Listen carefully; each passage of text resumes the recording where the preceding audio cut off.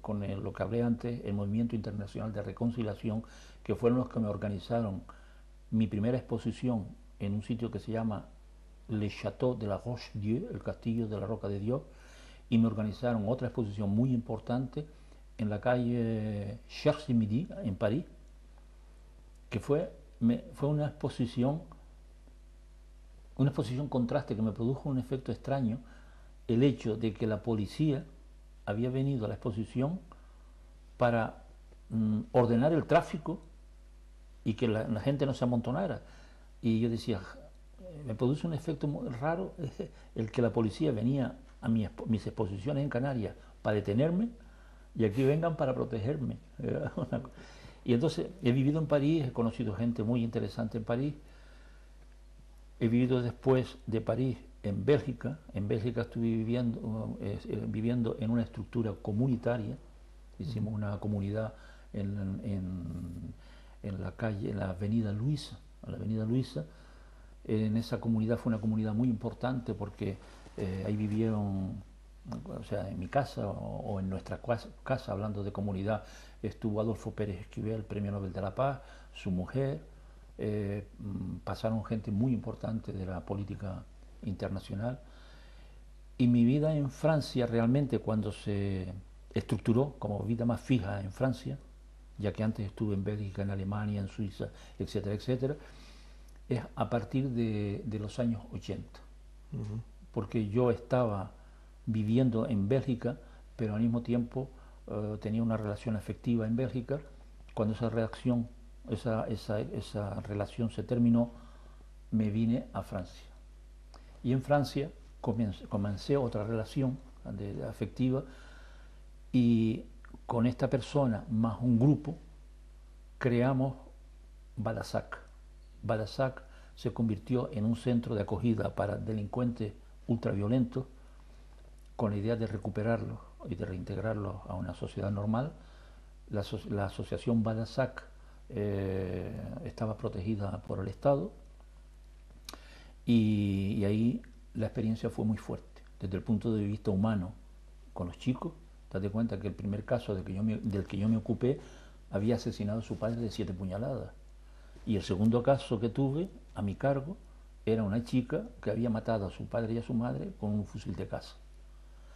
En Badasac tuve la experiencia fuerte humana con estos chicos, el aprendizaje de vida, de relación, y al mismo tiempo todo lo que está relacionado con el teatro, porque dentro de esa institución, que era autónoma y libre pero protegida por el Estado financieramente, dentro de la institución fundamos un grupo que era un grupo de teatro y de expresión libre. Ahí fui actor en ese grupo de teatro, ahí también fui autor en el grupo de teatro, ahí fui era el que hacía los dibujos, las ilustraciones, lo que se llama atrezo, me parece, en el teatro. Viajamos mucho con el grupo de teatro, tuvimos premios hasta en Rusia, o sea que fue mi primer contacto hasta 1996. Desde el 80 al 96, mi primer contacto con Francia fue a través de Badasac, del grupo Badasac, de la asociación Badasac, que tenía una asociación un nombre de segunda línea, que era Asociación Jean-Marie Losse, Juana María Losse, como apellido. Lo más fuerte ahí dentro fue justamente la experiencia de teatro, que me abrió enormes posibilidades, porque yo siempre había sido la pintura, la literatura, pero no me había metido con el teatro, y ahí me metí con el teatro, y ha sido, casi no encuentro palabras para definir el éxtasis que esa relación me produjo.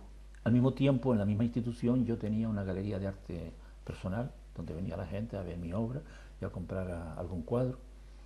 Es una institución que tuvo mucho prestigio a nivel francés.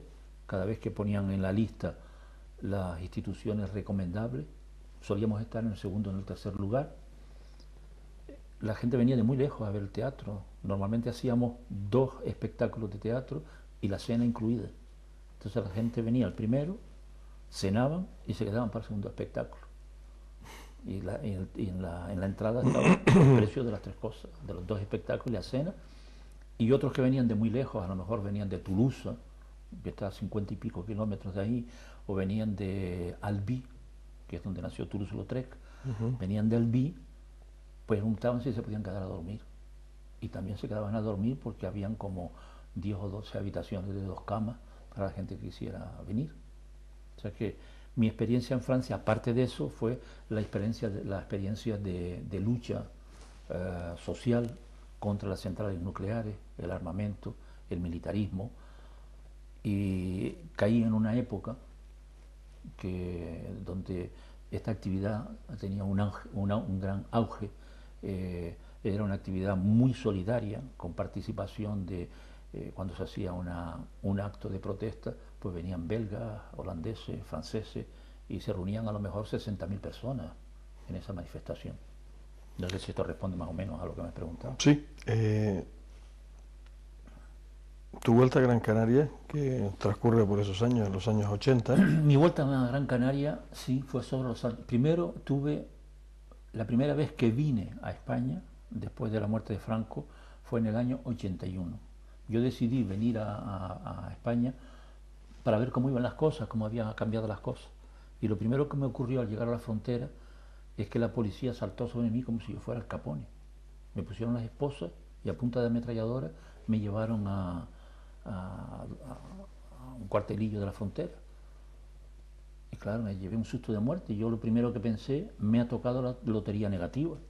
Es decir, que en el momento de pasar la frontera ha habido un golpe de Estado y me han cogido a mí. Es lo que pensé. Sobre todo cuando me meten en una habitación con la música en alto, me acordé de la música en alto que ponían en las comisarías para sacudirle a los individuos. Y ahí había un chico con una ametralladora mirando por la ventana, que yo le pregunté, ¿tú sabes qué es lo que ha pasado? ¿Por qué me detienen? Yo soy un mandado. A mí me han dicho que lo vigile y no haga tontería porque voy a tener que tirar. Bueno, entonces entra un policía, me dice, ¿qué tiene usted en ese maletín? Y digo, que voy a tener los calzoncillos, los cepillos de dientes, la pasta de dientes. Ábrala. Digo, está abierta, yo siempre llevo el maletín abierto. Entonces lo abrí. Y al abrir el maletín, no sé por qué, a lo mejor por perro viejo, yo había puesto encima de las camisas un periódico abierto donde ponía Francisco Lescano, invitado por Amnistía Internacional a la Conferencia Internacional por el Desarme en las Naciones Unidas. Y cuando el policía vio eso, yo vi que tenía como un sobresalto. Le dije, mire, llame a Madrid, no sé que vayamos a meter la pata. Yo le dije eso así. Y entonces se fue el policía. Y al rato vuelve y me dice, coja sus cosas y váyase. Digo, bueno, ¿pero qué ha pasado? No, es que había un orden de captura, nos habíamos olvidado de retirar la ficha del ordenador. Esa fue mi entrada en España. Y luego, cuando el siguiente viaje que vine a Canarias, pues mira, vine a Canarias con mucha ilusión, porque claro, en la memoria tenía la Canarias que yo había dejado en 1960 o 68. Me estuve paseando en la isla y me llevé un gran disgusto de ver que la isla ya no era mi isla. Y no porque hubiese progresado, sino porque le habían arrancado el alma. Estaba súper urbanizada, el cemento, el capitalismo se había instalado brutalmente, la sociedad de consumo, el consumismo ciego. Me pasé por los campos, me deprimió mucho ver que en los campos, en vez de correr agua, lo que corrían eran basuras y escombros. Y escribí un libro que se llamaba Agosto 88, que fue cuando vine aquí, Agosto 88. Es un libro donde termino diciendo volveré a Canarias y continúa a ser como era. Es decir, que mi encuentro en esa época con Canarias, o sea, mi regreso fue triste de descubrir cómo habían asesinado la isla, cometiendo el error de desarrollar la isla no como una isla, sino desarrollarla como si fuera un país continental, como si fuera una ciudad importante continental, que creo que es uno de los errores que ha cometido aquí la ambición, el sistema capital.